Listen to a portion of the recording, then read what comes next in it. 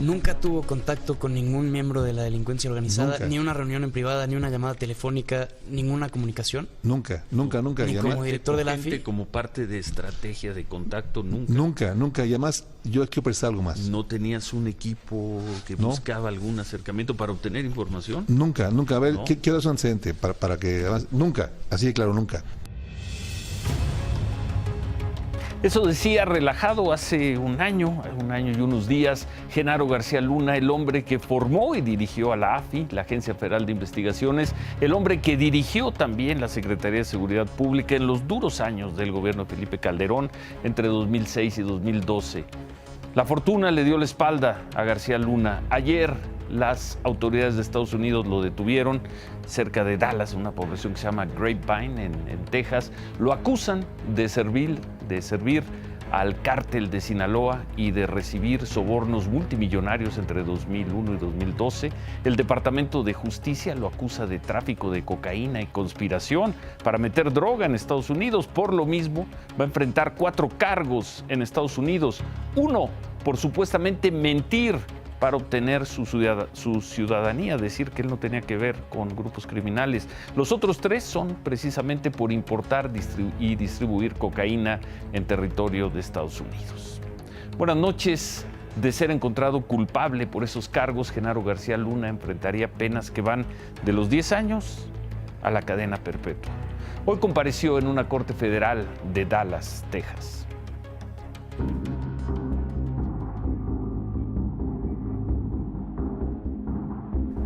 Genaro García Luna fue arrestado ayer en el estacionamiento del departamento que renta en la ciudad de Dallas, de acuerdo con medios locales. Hoy a la 1 de la tarde fue presentado ante una corte federal en esta ciudad. Entró escoltado por alguaciles estadounidenses y acompañado de su abogada Rose Romero. Estaba esposado de pies y manos. García Luna llegó vestido de forma casual, con un suéter Hugo Boss, jeans y tenis azules. La sala tenía más seguridad de lo normal, según los reporteros de la corte.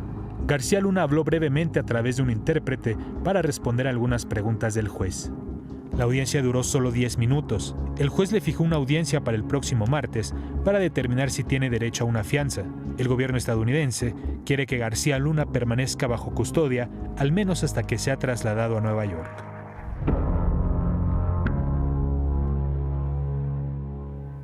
Lo juzgarían en Nueva York. Según se informó hoy, las pruebas contra García Luna se basan en las acusaciones que hizo en su contra durante el juicio al Chapo Guzmán, las declaraciones que hizo Jesús Reinaldo, a quien apodan el Rey Zambada, hermano del Mayo Zambada, el otro legendario líder del cártel de Sinaloa. Según esto, el Rey le habría entregado a García Luna en efectivo poco más de $6 millones.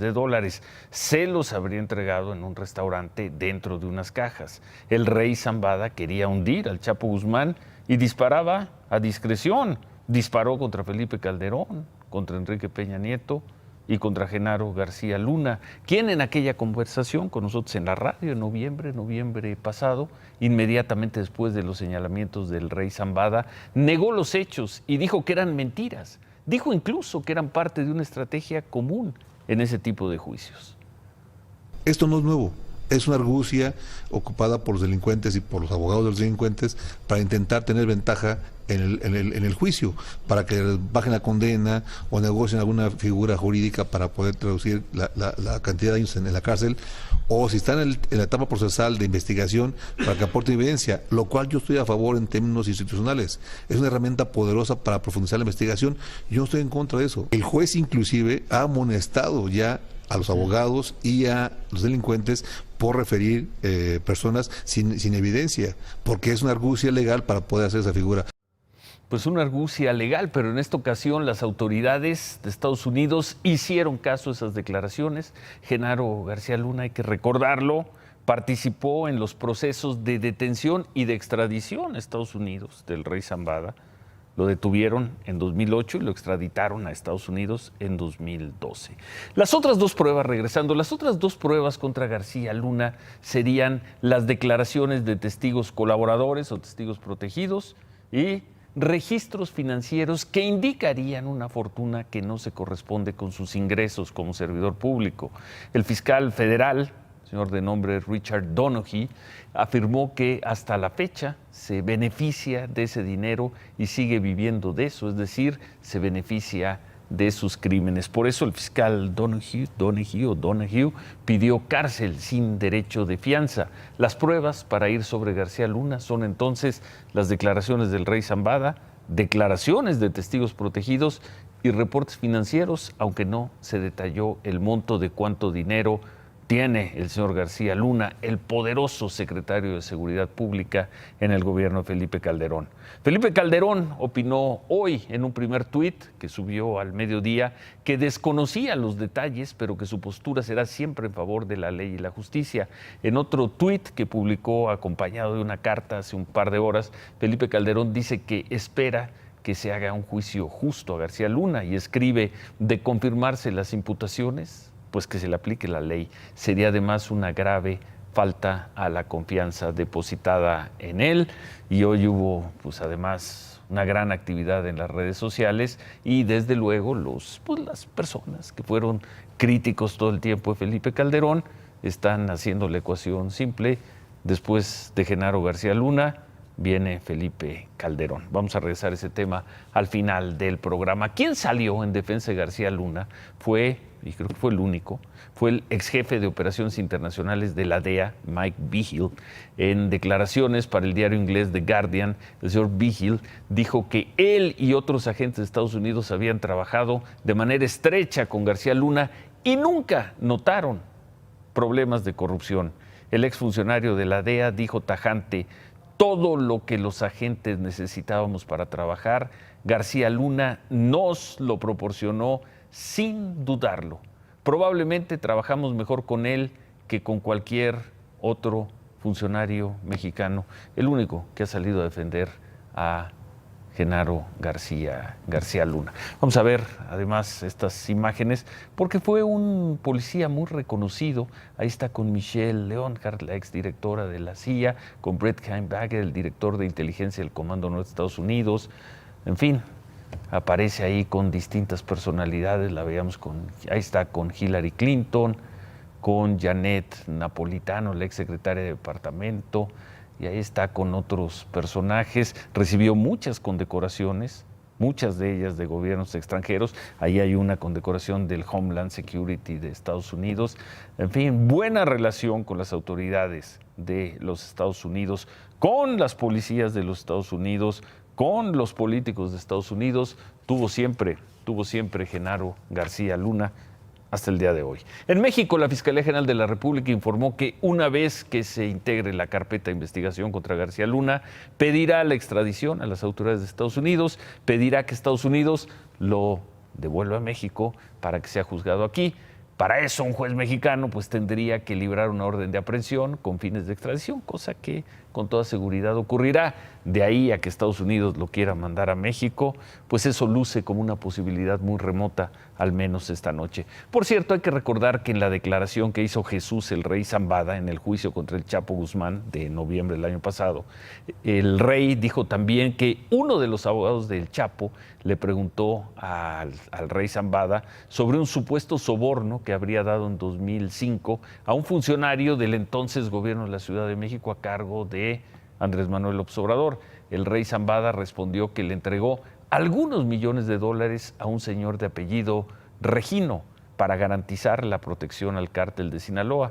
Ese señor Regino le habría dicho al Rey Zambada que él iba a ser secretario de Seguridad Pública en caso de que López Obrador ganara la presidencia en 2006. El señor Regino pues era Gabriel Regino, quien fue subsecretario de la Secretaría de Seguridad Pública en la ciudad en esa época. Hasta ahí, por el momento, la información en torno de Genaro García Luna. Si hay algo más, la presentamos aquí y vamos a regresar al tema al final del programa.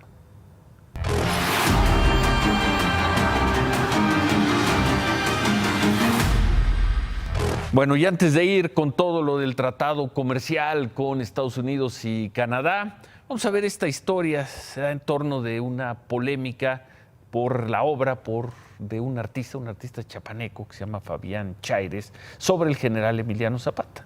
Hoy se llegó a los golpes por un cuadro. Un grupo de campesinos fue a Bellas Artes, agredió a activistas que a activistas que defendían la pintura de Zapata, y todo esto ocurrió en el vestíbulo del Palacio de Bellas Artes y en las escaleras afuera, al pie del palacio. Si al que lo hizo le gusta los penes de caballo o de burro y le gusta ver tacones y cuerpos de mujer, pues que lo haga él sin ofender la memoria de General Emiliano Zapata. Un Emiliano Zapata afeminado, desnudo, con tacones negros, un sombrero rosa y montado sobre un caballo blanco con una erección, es como se muestra el caudillo del sur en una pintura que se exhibe en Bellas Artes y por la que esta tarde se generó un enfrentamiento.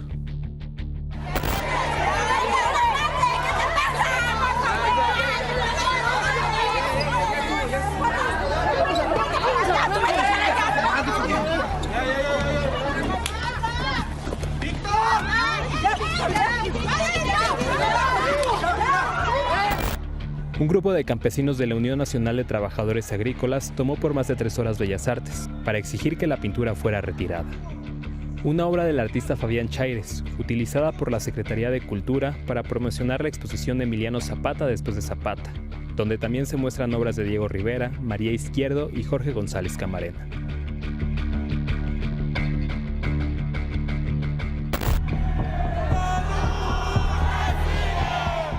En un inicio dijeron que la protesta era pacífica. Los campesinos entraron al palacio y en el vestíbulo y las escalinatas se quedaron parados gritando consignas para pedir que se retirara la obra. Están invitados todos a entrar.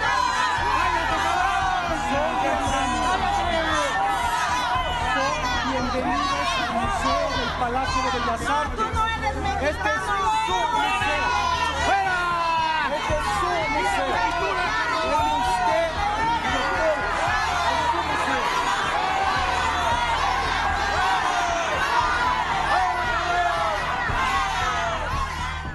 Pero todo cambió cuando un grupo de activistas LGBT llegaron para defender la obra.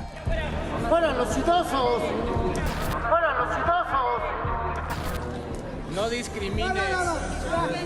Eso es muy artero. Vienen a manifestarse por la pintura, no agredir a una persona. Los campesinos agredieron primero con palabras. Luego a uno de los activistas le aventaron una botella de agua. ¡Su aceptación! ¡Claro!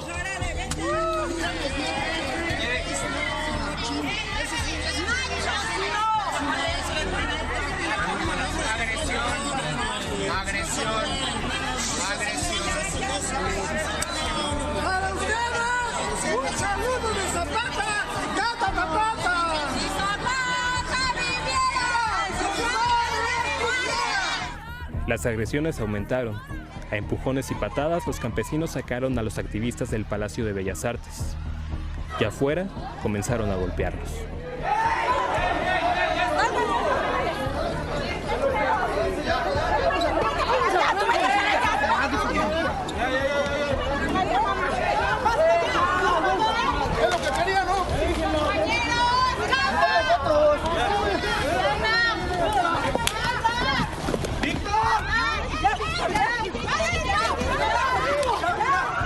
Vengo a tomar fotos, me agredieron porque estaban agrediendo a la demás gente, me robaron mi mochila, me robaron mi cámara, me rompieron la cámara y me agarraban a patadas entre varios. O sea, neto, esa es a la gente que tienen aquí adentro y a la que defienden. Después de los golpes, los campesinos decidieron retirarse de Bellas Artes. Sin embargo, advirtieron que volverán todos los días, con más campesinos, hasta que retiren la pintura. ¡Fuera los idosos! ¿Qué es esto? Y además, pues, como es costumbre, la autoridad ausente. Por suerte no pasó a mayores la agresión a este joven que veíamos. Lo robaron, lo golpearon, ¿y qué pasó? No pasó absolutamente nada. Organizaciones de la comunidad lésbico-gay anunciaron que el viernes se van a manifestar afuera de Bellas Artes para defender la obra de Fabián Chaires, luego de pues de los actos de hoy. Esta obra ha generado tal polémica que el propio nieto de Zapata, el señor Jorge Zapata, anunció una demanda contra Bellas Artes y el artista. Esta mañana Pascal Beltrán habló en Imagen Radio con el artista Fabián Chaires. Él le dijo que el nieto de Zapata está en su derecho de mandarlo, pero que serán los tribunales los que revisen si hay una causa verdadera o no para la denuncia. Y desde luego que no la habrá, pues ¿cuál va a ser? Que no les gustó el Zapata, que lo pintaron desnudo, que el caballo, que el pene del caballo. ¿Por qué van a denunciar al pintor? Además, Fabián aseguró que todavía hay gente que vive, eso ya es juicio de él, que vive en un retroceso y por eso no aceptan su obra. Abandonado por la policía de la Ciudad de México en la avenida Patriotismo, supuestamente el joven estaba borracho, lo bajaron de un taxi y horas después murió en la banqueta de esa calle. Hoy la Secretaría de Seguridad de la Ciudad de México nos hizo llegar una tarjeta en donde nos informan que 4 policías son investigados por el caso. Estos 4 elementos fueron suspendidos 2 meses en lo que se les investiga. De entrada, informa la Secretaría de Seguridad, estos policías no cumplieron el protocolo al abandonar al joven en la calle sin llamar a una ambulancia para que pues hiciera una valoración de en qué estado de salud se encontraba. Los policías declararon que el taxista con quien viajaba Cristian les pidió ayuda porque el joven no quería pagarles. Esa es la razón por la que lo bajaron del vehículo y según ellos, esa es la razón por la que lo dejaron ahí tirado en Patriotismo. Y hablando de policías, hoy se dio a conocer este video donde se ve a policías de la Fuerza Civil de Nuevo León cuando obligan a un grupo de detenidos a bailar y cantar pues este tema, este himno, Un violador en tu camino. ¡Báilale, cabrón!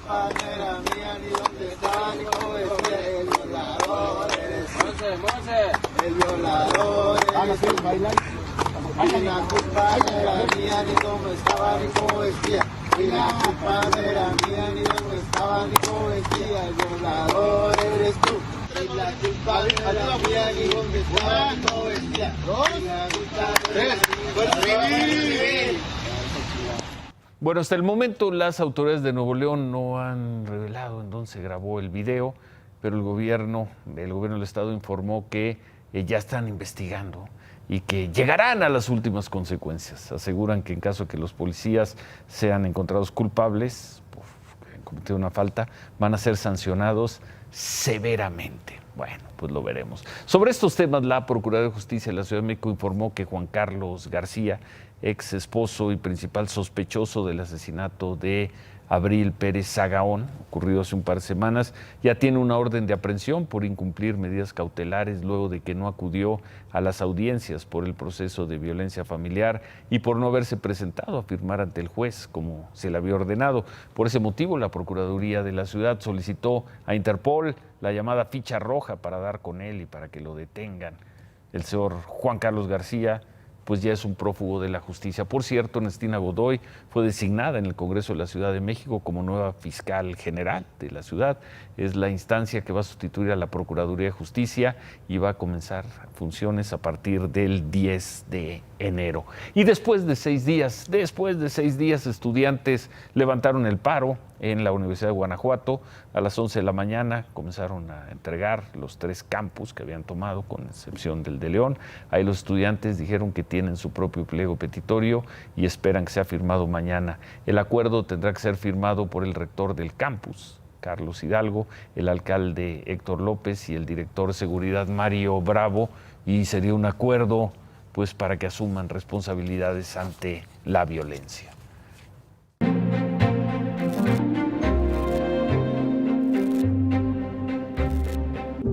Vamos a ver estas imágenes y esta comparación. Hoy tomó posición como presidente de la Argentina el señor Alberto Fernández, lo que marcó el regreso del peronismo al poder. Se van los neoliberales corruptos que llevaron al país a la ruina y llega el gobierno del pueblo. En fin, un discurso que pues más o menos conocemos aquí. En su discurso ante el Congreso argentino, el señor Fernández llamó al diálogo y a la fraternidad para superar la división. Junto con Alberto Fernández también regresa al poder Cristina Fernández de Kirchner, esta vez como vicepresidenta. Estuvo un paso de la cárcel y ahora regresa como vicepresidenta. Estas cosas dan muchas vueltas. Vamos a ver ciertas similitudes entre las ceremonias, la de la toma de protesta hoy del presidente de Argentina y la del presidente López Obrador hace un año. Primero, el señor Fernández salió de su departamento en Buenos Aires rumbo al Congreso. Aquí la diferencia es que él iba manejando, fue recibido por simpatizantes que también, como aquí, se acercan para tocarlo. Esa imagen es muy parecida a la que vimos el 1 de diciembre del año pasado, cuando el presidente López Obrador salió de su casa en Tlalpan. En los dos casos fue muy notable ver pues, la facilidad con que la gente se acercaba a ellos. Esto no es muy común entre mandatarios, presidentes en ningún lugar del mundo. Pues parece que el modelo López Obrador se aplica ya en Argentina. Vamos a ver otra similitud. Alberto Fernández se trasladó hacia el Congreso en su auto particular, un Toyota Corolla gris. Él manejó todo el trayecto, unos 10 minutos. Hace un año el presidente López Obrador también se fue en su coche particular, un Jetta clásico, aunque a él sí le manejaba un chofer, y su trayecto fue un poco más largo, de 40 y tantos minutos. Y una tercera. Alberto Fernández recibió la banda presidencial de manos del presidente saliente, de Mauricio Macri, en lo que fue considerada una transición sin contratiempos. Los dos incluso se abrazaron. Grandes adversarios, imaginen un abrazo así. Algo similar a lo que vimos hace un año entre el presidente López Obrador y Enrique Peña Nieto. Aquella vez no hubo abrazos, solo fue un apretón de manos. Además, mientras hace un año los legisladores mexicanos lanzaron consignas a favor del presidente López Obrador, en Buenos Aires, allá no lanzan consignas, allá cantan. Es el regreso triunfante del peronismo argentino.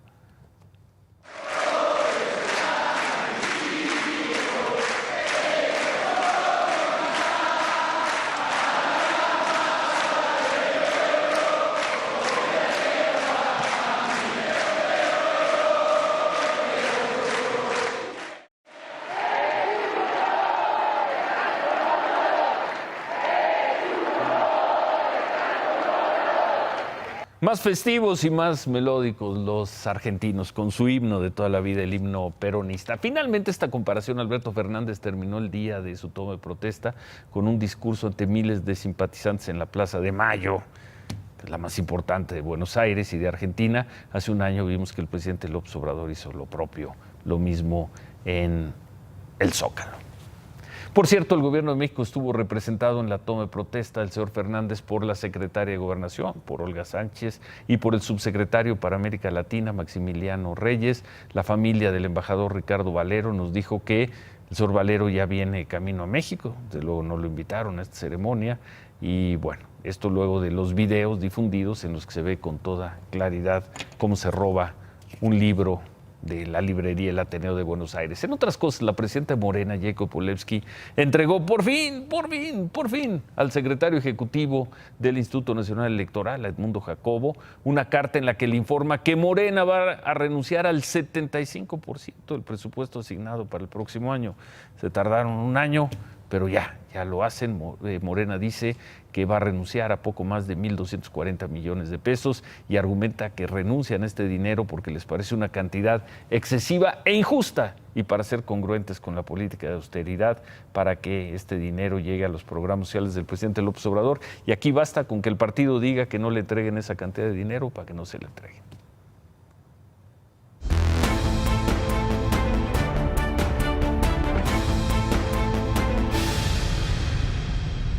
Como se esperaba, fue un día de celebraciones, agradecimientos y halagos en Palacio Nacional. El presidente López Obrador fue testigo de la firma, las modificaciones que se hicieron al acuerdo comercial México, Canadá y Estados Unidos. Queda, pues de hecho, lista. Ya queda listo este documento para que lo ratifiquen en los tres países. Las últimas modificaciones al tratado, que va a reemplazar al viejo TLC, fueron firmadas por los jefes de los equipos negociadores. Por México, ahí está, en el centro, el señor Jesús Seade, el subsecretario de Relaciones Exteriores. Por Canadá, la señora Chrystia Freeland, viceprimer ministra. Y por Estados Unidos, ahí estuvo el embajador Robert Lighthizer, quien fue generoso en halagos con el presidente López Obrador. Como testigo de honor también estuvo por ahí Jared Kushner, asesor y yerno del presidente Trump. El presidente López Obrador le hizo un agradecimiento especial al presidente Trump. Hemos tenido con el presidente Trump una muy buena relación y quiero aquí públicamente agradecer su apoyo. Algunos pensaban que iba a ser imposible llegar a este acuerdo.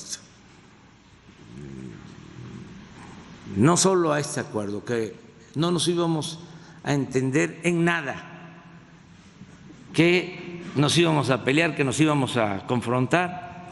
Y miren lo que son las cosas.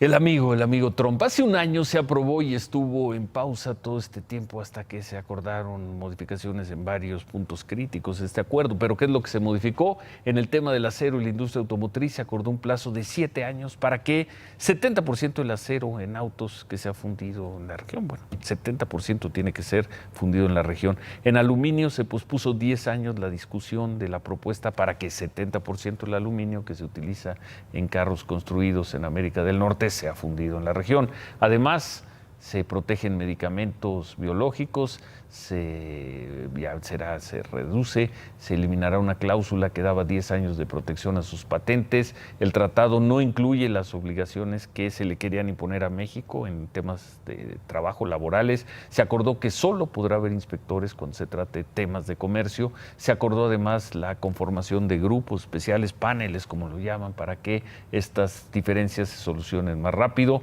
No habrá certificación de plantas y productos en la frontera norte, no habrá marca regional para los productos y tampoco se impondrán aranceles a los productos agrícolas. ¿Qué es lo que sigue? Bueno, pues que los textos finales con las modificaciones vayan a los legislativos de los 3 países. En México el Senado seguramente lo va a ratificar, pues ya mañana, pasado mañana. En Canadá esa ratificación se espera para enero, ya que el Parlamento está a punto de irse de vacaciones. Y en Estados Unidos, aunque los demócratas esperan votarlo la próxima semana, el líder republicano Mitch McConnell advirtió que no van a tocar este tema hasta que termine el juicio político al que podría ser sometido el presidente Trump. Así que también allá en Estados Unidos parece que esto se va hasta el próximo año. Si fuera fútbol americano y como dicen en Estados Unidos, falta la yarda final, mucha celebración, mucha fiesta, falta la yarda final. Hay en México pocos, pero quienes no compartieron el júbilo por la firma de este documento en Palacio Nacional. A mí me parece que ha quedado claro que este gobierno ha sido un mal negociador. A final de cuentas, hay un claro retroceso de lo que se había obtenido en el cierre de negociaciones el 30 de noviembre. Se traspasaron muchos de los límites donde estaba el mejor interés del país.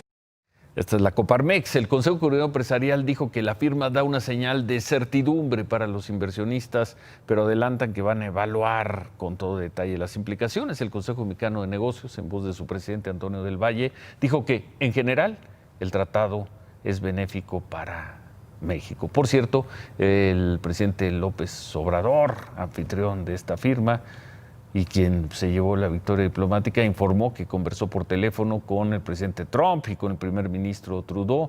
Les agradeció su apoyo para la firma del tratado.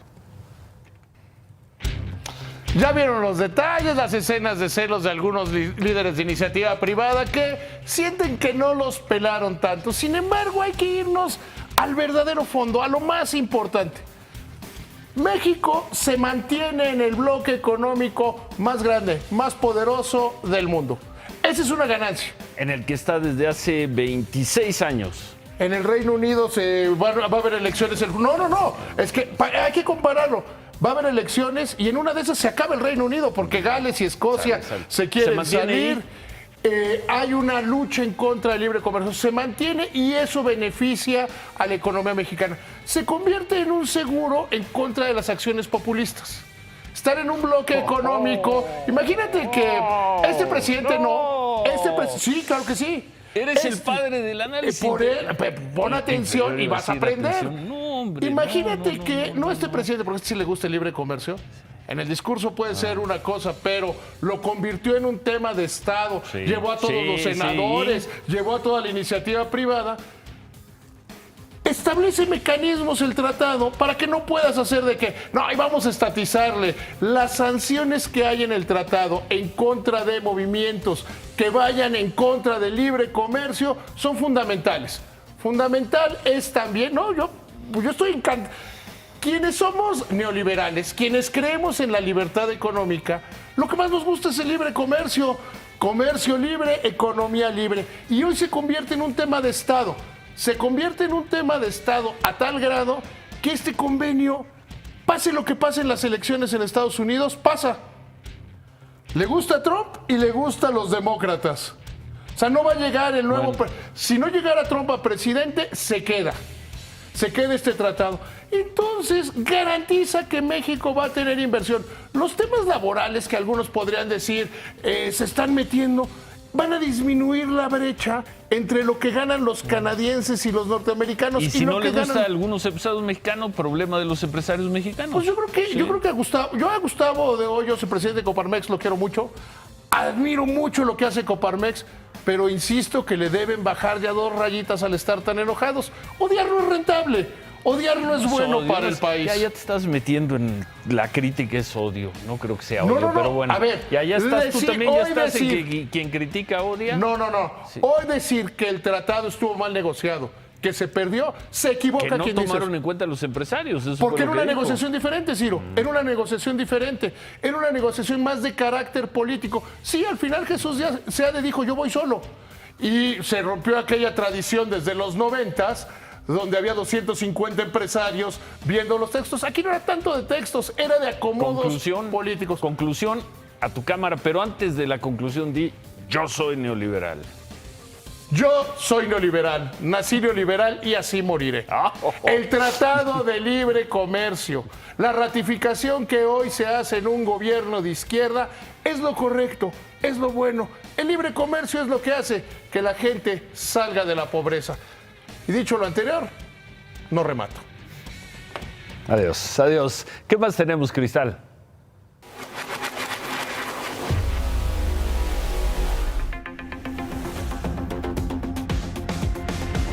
¿No tienes uno de la patrulla? No, ya lo mato.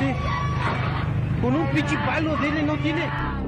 Son imágenes del momento en el que Leticia asesinó a su padrastro a puñaladas al interior de un comercio en Acatzingo, Puebla. La mujer de 27 años fue detenida y llevada a la presidencia municipal y ante la insistencia de un grupo de personas de sacarla para lincharla, decidieron trasladarla a Coapiaxtla, a la agencia del Ministerio Público. Según testigos, la homicida reclamó a su padrastro por haberla ingresado a un albergue para alcohólicos y drogadictos, de donde tenía pocos días de haber salido. Aseguraron que en el momento del crimen estaba ebria y bajo los efectos de alguna droga.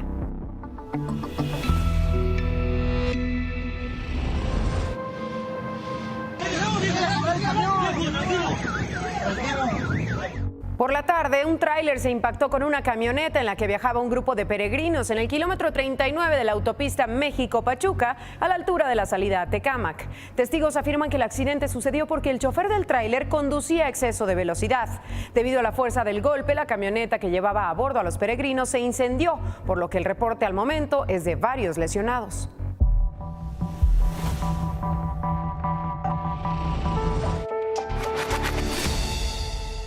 El viernes sucedió un accidente en el que participó un autobús de pasajeros y una pipa de doble tanque cargada de amoníaco en la autopista Siglo XXI a la altura del municipio guerrerense de La Unión y que dejó al menos 6 personas muertas y otras lesionadas. Algunos de los afectados, familiares de víctimas, acusan que hasta el momento la aseguradora solo pone trabas para ofrecer atención médica a los heridos. Primero que le firmara la carta perdón para él poderme otorgar las pólizas. Apenas las pólizas me llegaron ayer. Yo no podía trasladar a mis papás ni a mis hermanos por la falta de pólizas. Los familiares de las víctimas se manifestaron en las oficinas centrales de la empresa de seguros en Morelia para exigir respuestas rápidas.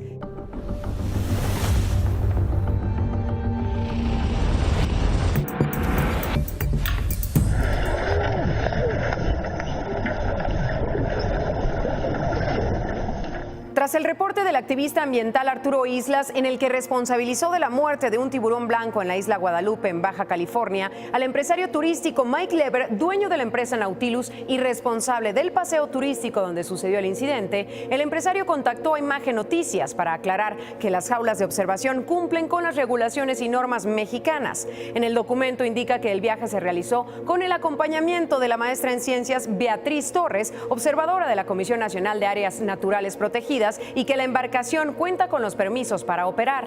Calificaron lo sucedido como un incidente extraordinario, ya que el tiburón se mostró extrañamente agresivo y argumentan que se siguió el protocolo de acción liberando al animal lo más rápido posible y tratando de evitar afectaciones a su vida y la de los turistas en la jaula.